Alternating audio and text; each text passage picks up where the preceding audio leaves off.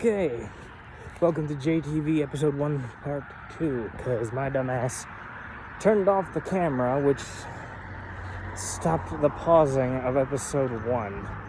Also, if the audio seems crap, it is because I am outside, so cars are going to be heard a lot. Also, I don't know if my headphones were doing something else to the audio or what, but hopefully, the fact that it's now later in the day, is hopefully you can you're more likely to see because you see me.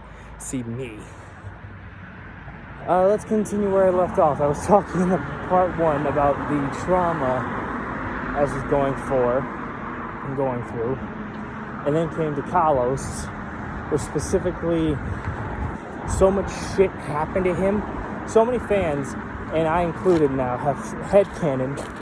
After Carlos, Ash basically went into defense mode in his small brain, or he just absolved that from his head. It didn't happen, or the traumatic moments didn't happen. Obviously can't.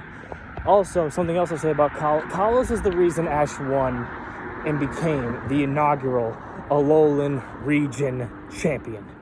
Why? Well, let me tell you why. There's a very good theory of, and I don't remember where I saw this, but I just love this idea, where when love is given to you, or you receive some kind of love, or you get your other half, you go to another level of what you can do. I'm butchering the hell out of this, but basically, love motivated Ash, and by love I mean Serena kissing him. Thanks to Serena, I'm obviously not giving Serena credit for what happened, but I'm saying Carlos was on peak angle. What the hell? Was on peak angle time, man. The only thing that stopped him was bullshit. And granted to Alon was not a character that was written just to beat Ash. It felt like it. It would have felt like that, and it would have been one of those characters if we didn't see Alon's journey through the show as well. Not through specific episodes, but through the Mega Evolution specials that they created. The specials dedicated to the gimmick of Mega Evolution, which is still, in my opinion, Pokemon's greatest gimmick. Dynamax, Crystallization, they're cool. Nothing beats Mega Evolution, especially now they got Mucha Lucha. I'm in public, so I'm not going to fully scream, obviously. But the fact they gave Mame Halucha the Mega treatment. I can make it. That was 2 seconds. So close. Halucha the Mega Evolution treatment, so obviously it's the greatest gimmick they got. I am if there's any Pokemon, I do hope they bring back Mega Ash Greninja. They probably won't, but fuck it. So yeah, there are so many of us fans of Ash that believe he acts like that because he's in denial, or he just has pushed that shit back to his head. Hell, I remember someone I follow on TikTok, they made a little art video, a little animation of Delia seeing Ash go through the shit that he went through in college. And I fully fucking believe she saw that shit. My reasoning, you don't get this kind of hell and not... Sinnoh, I'll make the argument because they kept it underground, I guess. It was at ancient temples and ancient places where people probably wouldn't have cameras. Lumio City is the city for Kalos. In video game world, it's the hub world, is Lumio City. It is their big city. It is their capital. So to have something like the Team Flare incident happen, not just in Lumios, but also during the Kalos League immediately afterwards. There is no chance in hell TV news stations weren't showing this all across the fucking world.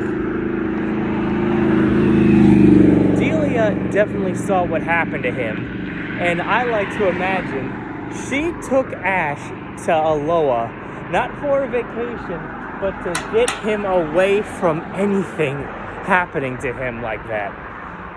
Delia believed Alola would be a safe place for Ash so he wouldn't get caught up in that hell again.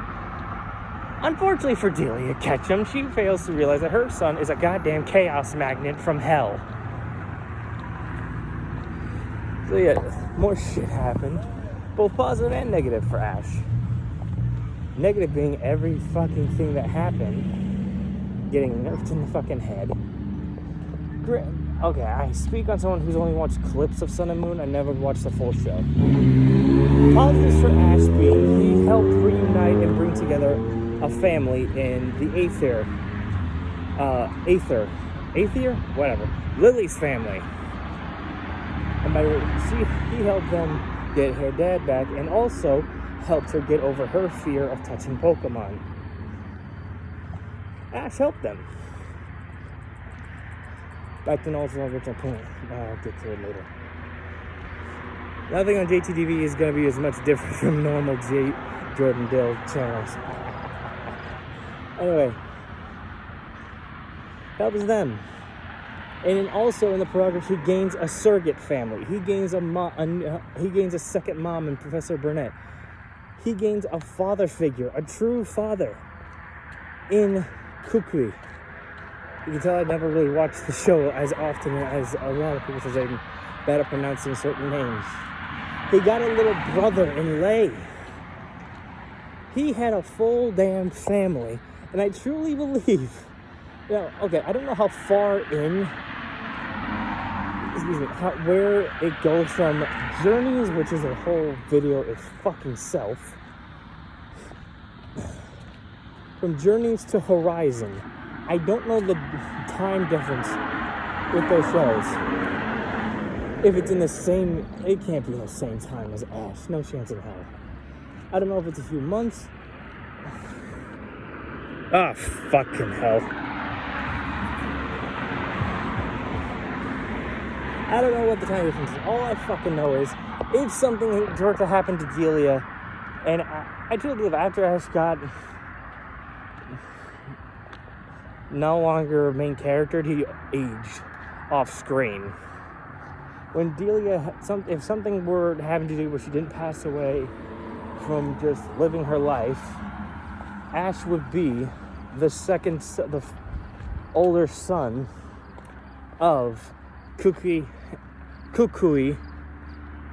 and Burnett. Why are some names easy?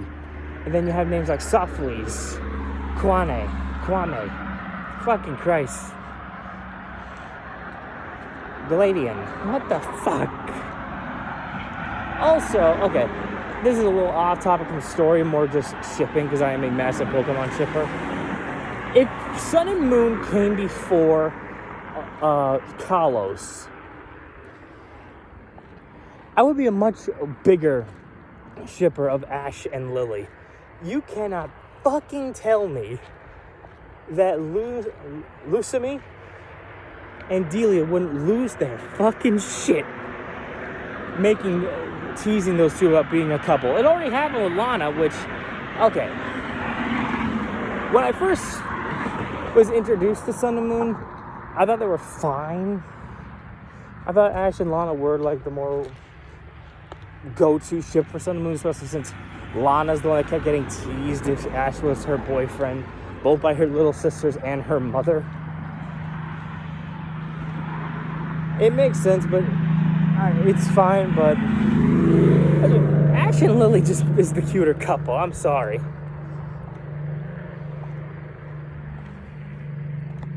It would be not just cute for them, but also it'd be fucking hilarious to see Delia and Lusami tease them, and also Gladian lose his fucking shit. Ash's Sun and Moon team, I am very much... My favorite team that Ash ever put together is his Sinnoh team. As much as certain Pokemon Totara got nerfed like hell, I truly believe that with some add-ons here or there, Sinnoh was his best team. Kalos had its weak link to where it kept dragging them down. That weak link, sadly, is Noivern. But I don't blame Noivern, since it's a little kid. Let's put it like this. Ash hatched Noibat from an egg. It was a baby when they found him. Evolving, I would dare say Noivern would probably be 10 years old, maybe, if that. A 10-year-old kid, a little kid. I can't put age to Pokemon because I can't fucking do that shit. Noivern was inexperienced even with the fact that it fought a Zapdos. Noivern is inexperienced even with training with Ash. He's one of the most inexperienced Pokemon. Don't fully blame Noivern for being the weak link of the team. A tank of the team, putting Greninja aside, a tank of Ash's Kalos team. People can hate me on this one. Goodra. Goodra was a badass. And the fact that it was Ash's first dragon is insane. Me personally, we can all agree Unova was the weakest fucking team he had. He had 2 Pokemon refuse to get past their starter stage. Snivy and Oshawott. Snivy would have been so good as a Servine or a Superior. I don't even give a shit about Samurott, never was the biggest fan. I just wish the little bastard evolved into a Duat. Tepig evolved into Pignite. I wish we could have gotten an Emboar. Unpheasant, my god, you are the weakest flyer of Ashes in my opinion. Yes, she has knocked Skyla off her high ass. But I will put Pidgeot and fucking Butterfree over Unpheasant in terms of Ash's best flyers. His greatest and his best flying type Pokemon arguably are Talonflame and fucking Staraptor. Those 2 were beasts. Back to it. Okay, I'll say this about Sun and Moon. It's not as bad as I first truly thought. The story, good. Characters, entertaining and well written. Battles, excellent. And as I said, Serena put Ash to that next level with the kiss. Maybe not in battle form, but definitely in his brain-dead head and his heart and soul. Serena giving him that kiss, in my opinion, helped push that son of a bitch to the next level, in the level he needed to be. Not just to become the inaugural Alola region champion, but to become the reigning, defending, undisputed world monarch champion. And here's how I like to imagine. I'll put off the Journey stuff and even Ash's last Hoorah series as its own video, but I like to imagine Ash's final days, Ash's future had this. Obviously, I'm going to say he had married Serena, but I'm also going to say to become as income or to have a life. He's still considered a master, and he'll still go on a journey, but not as long one. He'll probably be gone in maybe a few days. And as long as he'll always keep in touch with Serena. I choose to believe that he took Scott up on his offer and became a frontier brain. That's another video I could make on this channel. The Frontier Brains, a good show, a good series. Yeah, Sun and Moon, bare minimum. Actually, I will say this.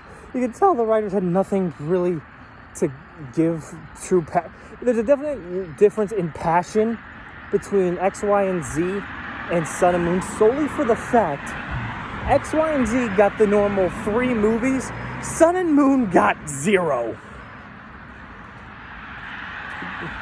Volcanion is Mechanical Menace, whatever the fuck, the Pokemon movie with Volcanion and Magearna was the last Pokemon movie we ever got related to the show.